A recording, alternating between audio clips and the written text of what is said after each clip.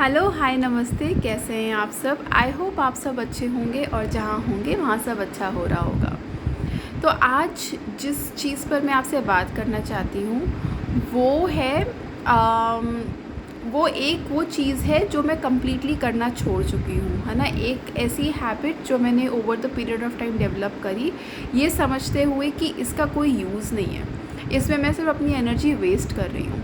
और वो क्या है? वो है अपने आप को दूसरों के सामने एक्सप्लेन करना, खुद को जस्टिफाई करना दूसरों के सामने।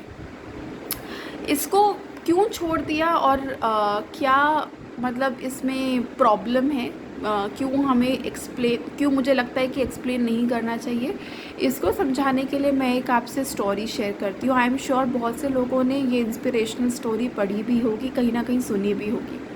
तो ये एक स्टोरी है, मैरी एन करके एक लेडी थी। 1870s 1880s में इनका बर्थ हुआ था शायद। एंड मतलब जब धीरे धीरे उनकी लाइफ में उनको एक हार्मोनल डिसऑर्डर हो गया था। हार्मोनल डिसऑर्डर के कारण उनकी बॉडी बहुत अलग तरीके से डिफॉर्म हो गई, फेस बहुत अजीब हो गया था। और वो काफ़ी अपने लाइफ में स्ट्रगल कर रही थी, मतलब अपनी फैमिली के लिए कुछ प्रोवाइड नहीं कर पा रही थी, खाना मिलने की बहुत दिक्कत हो रही थी।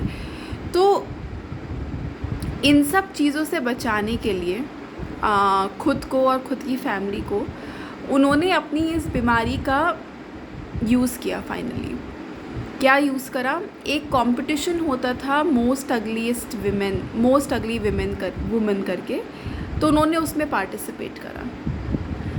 पहले तो ये कंपटीशन ही अपने आप में अनजस्टिफाइड है, बट स्टिल उस समय वो कंपटीशन हुआ जिसमें बहुत अपनी अपनी तरीके के खूबसूरत लोग पार्टिसिपेट करे थे, और उसमें इनको नोटिस करा गया और फिर फाइनली इनको एक शो मिल गया जहाँ पे लोग आते थे, इन पे हंसते थे, इनको मजाक उड़ाते थे।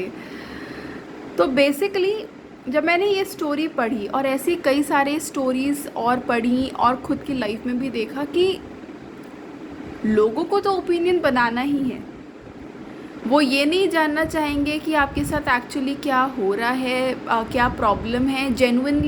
जो जेन्युइन लोग नहीं हैं वो नहीं जानना चाहेंगे, वो आपके लिए ओपिनियन बनाएंगे बिना कुछ आपकी हालत जाने।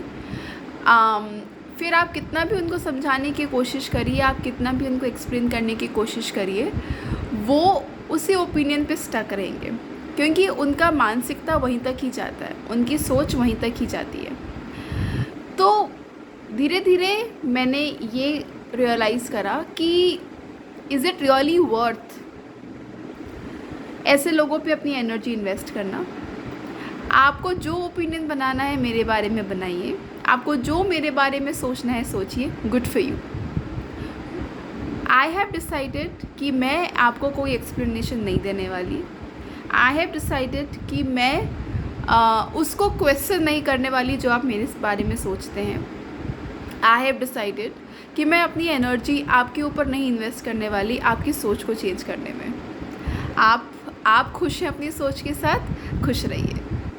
तो बिकॉज़ मुझे ये लगता है कि काफ़ी इम्पॉर्टेंट लेसन है, बिकॉज़ लाइफ बहुत शॉर्ट है and it's very important for us to decide कि हम अपनी एनर्जी कहाँ पे इन्वेस्ट करें। तो एक ये बहुत बड़ा सेक्शन है मेरी लाइफ का जहाँ पे मेरे को लगता है कि यहाँ पे एनर्जी मैं अपनी सेव करके कहीं और प्रोडक्टिव जगह पे लगा सकती हूँ।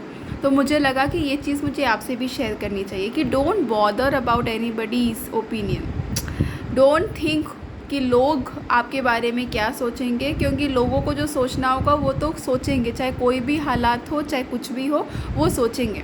तो लोगों को अपना काम करने दीजिए जो कि है सोचने का, और आप अपना काम करिए जो है काम करने का। At the same time you also don't be judgemental. आप भी किसी को जज मत करिए, खुद भी जिए, खुद भी हंसिए और दूसरों को भी जीने दीजिए, दूसरों को भी हंसाइए। So with this I just take a pause and I will see you soon again. Till then take care, bye bye.